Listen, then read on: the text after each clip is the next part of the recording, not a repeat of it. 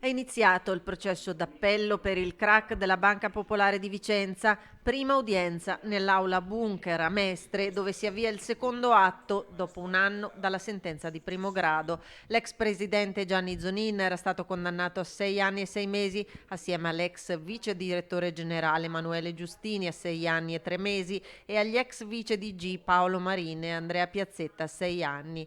Oggi in prima fila l'84enne Zonin ha annunciato che sarà presente per tutto il processo, iniziato poco dopo le 10 di una mattinata dedicata alla fase preliminare, alle ricostruzioni delle irregolarità legate alla gestione dell'istituto poi dichiarato fallito, arrivati da tutto il Veneto e dal Friuli, risparmiatori traditi, un centinaio in pullman da Vicenza per chiedere ancora una volta che si faccia giustizia. Oggi eravamo qui con alcune centinaia di risparmiatori che rappresentano le migliaia di risparmiatori che si sono costituite parte civile nel procedimento e che naturalmente si augurano di arrivare presto alla giustizia.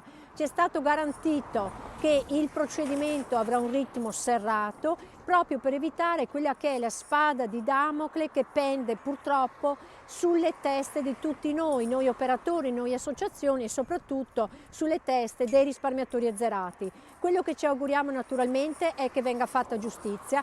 Una corsa contro il tempo per evitare la spada di Damocle della prescrizione. La Corte ha fissato 3 udienze la settimana a partire dal mese di maggio.